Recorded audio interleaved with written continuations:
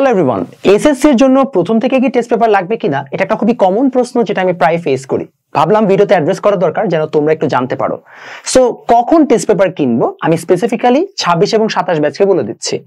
আগে আমি জেনারেল অ্যান্সারটা দিয়ে নিই। জেনারেল অ্যান্সার হচ্ছে আমি জানি না আসলে আমি কয়দিন দেশে থাকবো এবং আপনাদেরকে কতদিন এসব ভিডিও বানায় যাব। সো যদি কেউ অনেক দিন পরে এই ভিডিওটা দেখেন, জেনারেল অ্যান্সার হচ্ছে আপনার উচিত টেস্ট পেপার অ্যাটলিস্ট ক্লাস 9 এ থাকতে, ক্লাস 9 এ ফার্স্ট টার্মের পরেই কিনে ফেলা। ফার্স্ট টার্মের পর, ফার্স্ট টার্মের আগে কেনার দরকার নাই, because it won't really work. বুঝবা না কি করতে হবে, বাট ফার্স্ট টার্মের পর তোমার উচিত হচ্ছে যে কিনে ফেলা। ফার্স্ট টার্মের পর তুমি যখন টেস্ট পেপারটা কিনবা, তোমার প্রথম স্টেপ হবে অলওয়েজ বোর্ড কোয়েশ্চেন সলভ করা। বোর্ড কোয়েশ্চেন সলভ করার পরে আমি তোমাকে কিছু লিস্ট দিচ্ছি, যেটা আমি একটা জেনারেল লিস্ট বানিয়েছিলাম। প্রতি বছর আমি দেখলাম এই স্কুলগুলোই হচ্ছে যে উল্টাপাল্টা প্রশ্ন করে, তো তুমি টেস্ট পেপার ওদেরটা ঘাটলে মোটামুটি হয়ে যায়। যেমন প্রথমে আমি আমার স্কুলের নামই দিব সেন্ট জোসেফ। অনেক জ্বালাইছেন স্যার আপনারা, কেন আমি জানি না, এখন আপনারা উল্টাপাল্টা কোয়েশ্চেন করেন। তারপরে আছে রাজুক, রাজুক স্কুলের কোয়েশ্চেন ভালো হয়। মতিঝিল আইডিয়াল, ওরা ভালো প্রশ্ন করে। মতিঝিল আইডিয়াল, আই গেস বানান ঠিক আছে, আই ডোন্ট নো। তারপরে আছে হচ্ছে যে ডিআরএনসি অর্থাৎ রেসিডেন্সিয়াল ডিআরএনসি। এটার পরে বিকারুন্নেসা, অফকোর্স ওদের কোয়েশ্চেনটা বেশ ভালো হচ্ছে যে আমার কাছে মনে হয় ব্যালেন্স থাকে। দেন আছে হচ্ছে হলি ক্রস, আমি এইচসিসি হলি ক্রস লিখে দিচ্ছি, হলি ক্রস। তারপরে এগুলোর পরে আছে হচ্ছে Dhanmondi government boys, sorry government laboratory, government boys না, তাকে গভর্নমেন্ট ল্যাবরেটরি।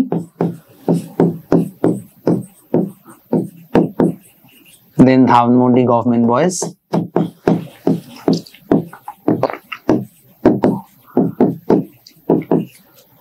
আমার অনেক স্কুল মিস যেতে পারে, এখন অফকোর্স আমার মনে নেই। ও আদমজি মিস করে ফেলছি, আদমজি কোয়েশ্চেন ভালো করে, স্ট্যান্ডার্ড করে আর কি আমি বলবো।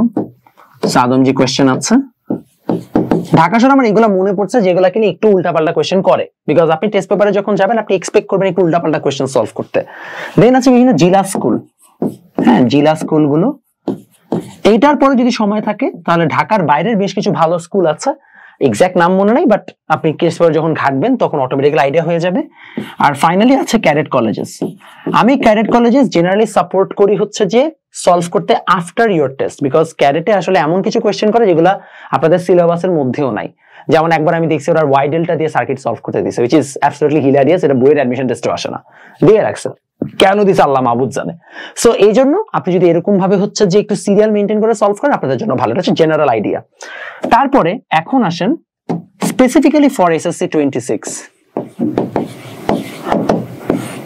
বাই টেস্ট পেপার নাও, তাড়াতাড়ি এখনই কিনে ফেলো।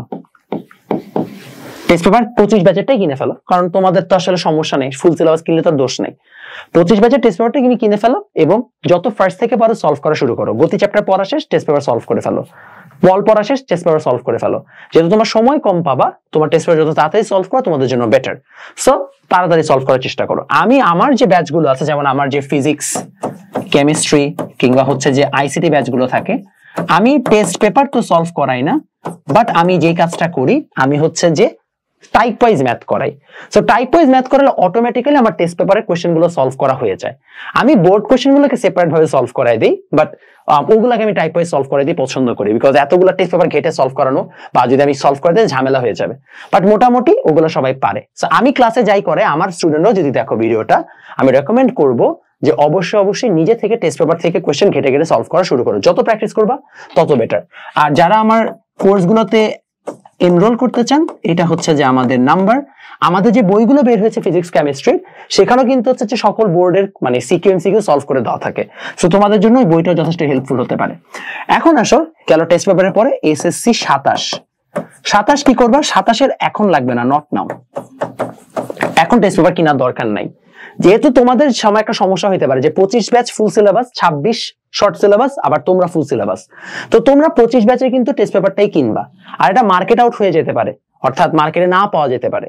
সো তোমরা আপাতত যেটা করতে পারো, যেহেতু মাত্র তোমাদের হচ্ছে বইটাই পাইছে, এখনো টেস্ট পেপার তোমরা বুঝতেছো না, চাইলে কিনে রাখতে পারো। কি জাস্ট এই সেম টেস্ট পেপার তোমাদেরকে কয়েকদিন পরে এমনিও কিনতে হবে, তোমার 26 কিনে এমনিও তোমাদের লাভ নাই, তোমাদের ফুল সিলেবাস পরীক্ষা।